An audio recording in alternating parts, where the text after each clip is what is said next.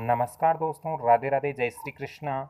मैं इस चैनल पर आप सभी का हार्दिक अभिनंदन करता हूं। आप लोगों का तहे दिल से बहुत बहुत स्वागत करता हूं।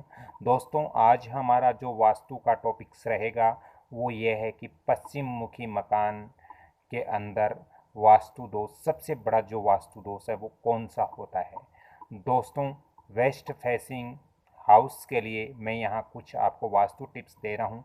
ये अति बहुत महत्वपूर्ण है, क्योंकि यदि हमारे पश्चिम डायरेक्शन में जो मकान है उसमें यदि ये वास्तु दोष है तो दोस्तों ये बहुत ही भयानक वास्तु दोष होता है वास्तु शास्त्र के अनुसार। दोस्तों, पश्चिम मुखी मकान हमेशा ही गृह स्वामी के जो पुत्र होते हैं उनके लिए ये बहुत ही हानिकारक होता है, बहुत ही अशुभ होता है।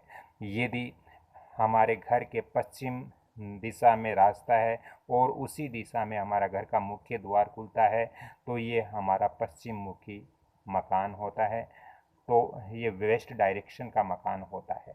दोस्तों, वेस्ट डायरेक्शन का जो मकान होता है वो जब हम उस मकान का निर्माण करते हैं तो हमें इस चीज़ का विशेष तौर से ध्यान रखना चाहिए कि हमें मकान का प्रारंभ है वो पश्चिम दिशा से ही करना चाहिए। बहुत सारे लोग हैं जो पूरब और उत्तर दिशा से करते हैं, तो ऐसा नहीं करना चाहिए। यदि आपका वेस्ट फेसिंग मकान आपका बन रहा है और वेस्ट की तरफ आपके घर का मुख्य द्वार है तो आपको अपने मकान का जो प्रारंभ है, जो मकान निर्माण करने का जो कार्य है वो आपको पश्चिम दिशा से ही प्रारंभ करना चाहिए। दोस्तों, इसके साथ ही यदि आपके घर का मुख्य द्वार वेस्ट फेसिंग है तो आपके मुख्य द्वार को छोड़कर दोनों तरफ आपको मोटे भारी लकड़ी वाले वृक्ष वहाँ लगाना चाहिए।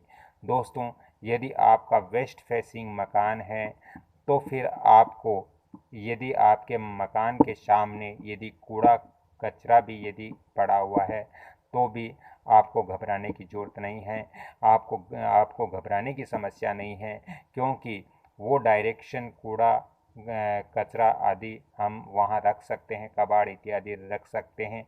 लेकिन दोस्तों, इसके अंदर हमें एक चीज़ का विशेष तौर से ध्यान रखना चाहिए कि हमारे घर का जो मुख्य द्वार है वो कभी भी नैऋत्य कोण में नहीं होना चाहिए, दक्षिण पश्चिम के बीच के अंदर नहीं होना चाहिए, क्योंकि ये सबसे बड़ा वास्तु दोष माना जाता है वास्तु शास्त्र के अनुसार। दोस्तों, पश्चिम मुखी जो भूखंड होते हैं, पश्चिम मुखी जो मकान होते हैं, उसका मुख्य द्वार नेतृत्व कोण में होने से धन की हानि तो होती है, साथ ही दोस्तों इस मकान के अंदर जो पुरुष होते हैं उनको भीषण रोग हो सकता है और उन पुरुषों की अल्प आयु का भी भय हर समय बना रहता है।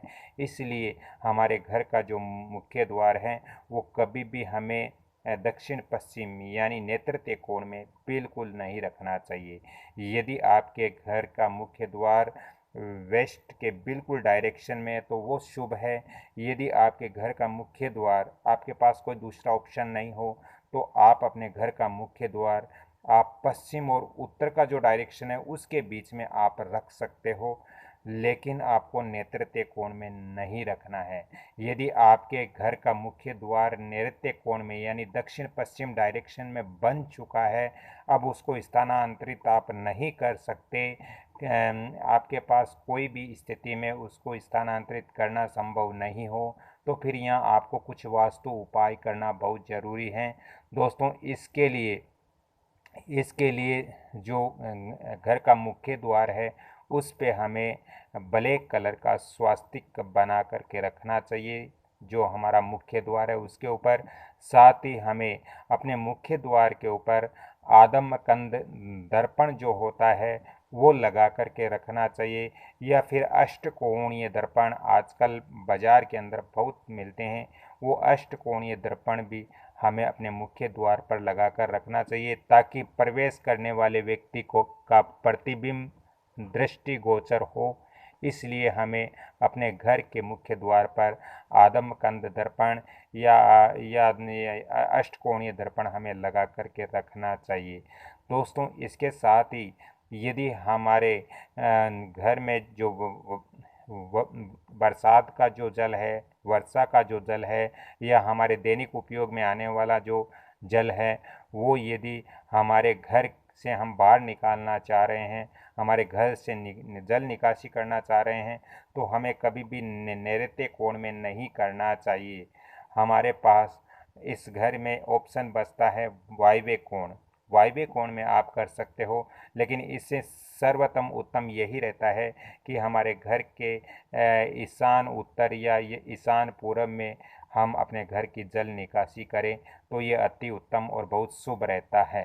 दोस्तों, आज की ये मेरी वास्तु की जानकारी यदि आपको अच्छी लग रही है तो कृपया आप इस वीडियो को ज़रूर लाइक कीजिए, ज़रूर शेयर कीजिए और ज़रूर मेरे को कमेंट्स कीजिए कि आपको ये जानकारी कैसे लगी, ताकि मैं आगे उन्हीं कमेंट्सों के आधार पर आपको वापस वीडियो बना करके आप तक सूचनाएं वापस आप तक भेज सकूं। तो दोस्तों, राधे राधे, जय श्री कृष्णा। अगली कड़ी में फिर मैं आपसे मिलता हूं, तब तक के लिए मैं आपसे क्षमा चाहता हूं। राधे राधे।